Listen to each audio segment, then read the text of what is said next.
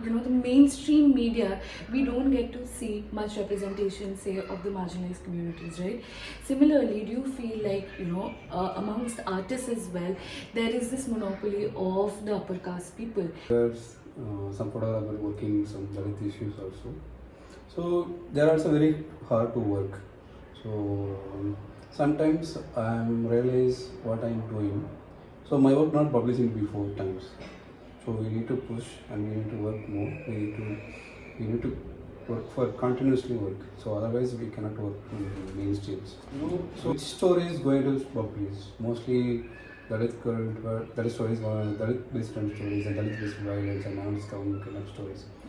In not publishing everywhere. It's kind of publishing small bit, mainstream like Caravan. So my story was published in Caravan only at Outlook at Article 14. Otherwise, mainstream media not publishing. It's everyday happen, but no one care about that kind of work. So last year in Tamil Nadu, 70 deaths happened in Tamil Nadu. So I think about it's mostly based on caste system. So otherwise we cannot change we cannot change anything right now. So I tell you an experience. So 2019, Sudarak sir and me, we are doing together one exhibition in India Habitat Chennai in Delhi. So he did some work in 25 years before. I am also doing right now in Manor Discount based on still right now. So his work also showed that place. My work displayed on that wall. So it looked like same. The photos and the painting and content also so totally same. It's everyday happened. 25 years before he did some powerful work in manual scavenging, but till now also is going to working on. But so many when I start my photography, so many people told about that the photograph changed the world. So some photographs, Vietnam photographs changed the world, but in India it's very hard to change. Or you derived your interest towards, like say, manual scavenging for that matter through your documentary experience. Like you worked in that film called Kakus. So that was on manual scavenging. So it was through that film that you realized that this is something that you want to explore in your film. Yeah. So Kakus film totally a manual. It's like we are done for 1.5 years. So I learned myself at the time. Maximum I was trying to live with the people with my photography. So many places in cities and rural places. So we look like same. So not different. So human are going to working with manually and using their hands and so it's like inhuman one. In before time, when I start my Kakus documentary film working process, before I don't know. Before if they are going to die in manual, I don't know before that kind of news. The Kakus travel is going on at the time. I realized my caste criticism in my lifetime. So that's why at the time I deeply understand the caste based on issues. So I get an idea of this. At the time I did two things: video and photos also. I'm not using zoom lens. I'm using only for 18 to 55. So I fixed length for 18s focal length. So keep it move. If I need to zoom, I need to move. So I need to watch them very close. So they are working in the man shade, human shade. Like I need to. If you are there is the clinic at the time, we going to that shade also going to their faces. Anybody going to see the shade on the face like. So many people told me about their life and their kids' life. So many people doesn't know about their working. So many kids and students also that children also doesn't know about their parents also. Family also totally closed. Something so they're facing so much of problem. The studies that doesn't happen any things. The wife said, my son doesn't want to be work with this kind of work.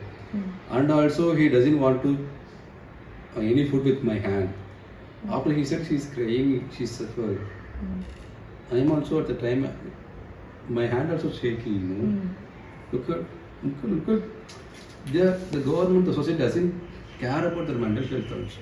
Talking with them, staying with them, spending so much time with them, getting to know their reality, didn't it like reflect in your mental health? Like you were seeing the grave reality. I don't want to shoot one more death.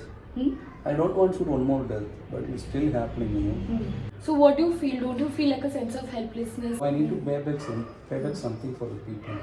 So I'm getting skills, I'm getting more, did some good work and did some really, you know, struggle, their pain. I'm getting some money for that also. But it's like they're making guilty at the time. So I will try to do something. But so we need to fight more, we need to stand for the people, we need to work more, and we need to continuously work and show that reality through the photography. You started your photography journey, then what kind of mindset did you have? And over the years, So when how I did it started my photography at the time, I was totally curious about making cinema only. making cinema? So I need Documentary cinema, non-fiction? Or to make fiction? Spider-Man like me. Uh-huh. When I start my that idea, so I was writing story at the time, so making some script. During your engineering days? No, my 10th standard I 10th started. standard. We started 10th and 11th, 12th and diploma only. Full life we can think about only making cinema. But my mom also want to study to diploma. Yeah, He wanted to be engineering also. That's why I studied engineering. That's why I get my camera. So I was studying sports quota. That's why I cannot pay college fees also. But I applied this education loan. I get some loan. I'm going to buy that on camera also. So what kind of pictures were you clicking in the initial days? Anything and everything. That time you did not think about change and social impact. When I going to get the camera, we're not going to break any chain. You don't understand the politics. You do it for yourself. You can enjoy yourself at the time. I did some photos. I did try to make exhibition also. How much time do you spend with your subject? Sometimes I have some money in staying long, but I need to stay. My work totally not one story. Not one story. It's not going to end one story. It's going to continue. My story, every story is continuous. Now you're focusing mostly on marginalized women, right? Like on Pari, we mostly see you clicking pictures of fisherwomen. This is my one of work. One of. Pari You do a bunch of things. And everything. Do you ever feel that you're invading their privacy or their dignity? How like what kind of ethical guidelines do you follow? Like, they are also people, you know. They have some respect. We need to give them some respect, proper respect. It doesn't give any respect, photos not come very well. I think about that every time. They are also my people. They are also suffered. I am also suffered. They are also suffered last 2000 years. But I know that. So I need to make them comfortable. So I need to give them power for my photography. how do you do that? So I know that we are struggling, you know. They are working in small hut, like so many people living like small. Mostly it's small hut. They have no space. No, it's eviction happened. So many people throw out in 36 kilometers far away. But they are also come inside and working very well after they go back. So we are voice for voiceless people. You know. We manage children and fisherman community and marginalized community students also. We are working. I'm working with I'm done for free workshop for kids and students also. We are doing them. Yes, so how do you conduct these workshops for the grassroots fellows? Like how do you go about it? Like what do you teach? Somebody want to do some field workers, some want to do some. They will ask me to do workshop. They want to do workshop. Somebody I'm going to own interest. Right now I'm doing one workshop in Yazarpari. Some students I'm teaching 10 students. So most photographers, I feel like most artists for that matter, are so oblivious of the class structure. Somebody doesn't like that social justice, like this is best. Somebody wants. They will just say it is so depressing. Why? It is something that is happening every day. What is the need? That's why they are also not a problem for me. They are also doing the own. So we are not going to please do. We can't do not do that. But they are also they want to do so. Based on inequality and caste based on work, we need to plan more. One thing I want to know is for your photography process, like you obviously it requires a lot of traveling. So like what gives you that understanding of reality, as you were saying? Is it the traveling part of it, or is it reading news, or is it just interacting with people from different socioeconomic backgrounds? Like what makes you feel like really alive and close to reality? What is that one thing that you know that you feel is the most fun part of photography that brings you closer to the reality? Now I built one studio Hmm. for the every kids, for the every students. Yeah. Right now I have 20 cameras. 20 cameras. Which is Uh, your like uh, what are you it's currently easy right now. using?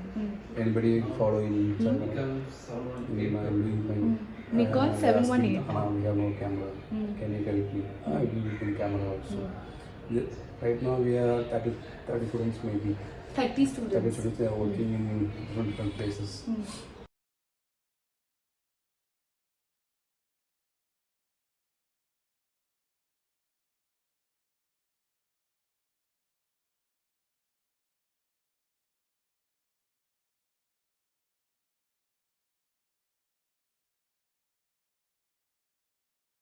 They're all trained by you? Yeah. I'm really happy with my photography channel. So we try to do proper film also. Any particular issue that you want to, like, you feel like you haven't explored much? I'm planning right now the caste-based violence. Caste-based violence. Caste-based violence. So I need to check what the, after the issues happen. After I'm going to in every district, I need to create some 2-3 photographer. I need to make one photography proper school for the marginalized community students also. So they are easily access my camera and my library and everything. Any advice, any suggestions for, say, street photographers? Treat like equality. It's enough. Equal.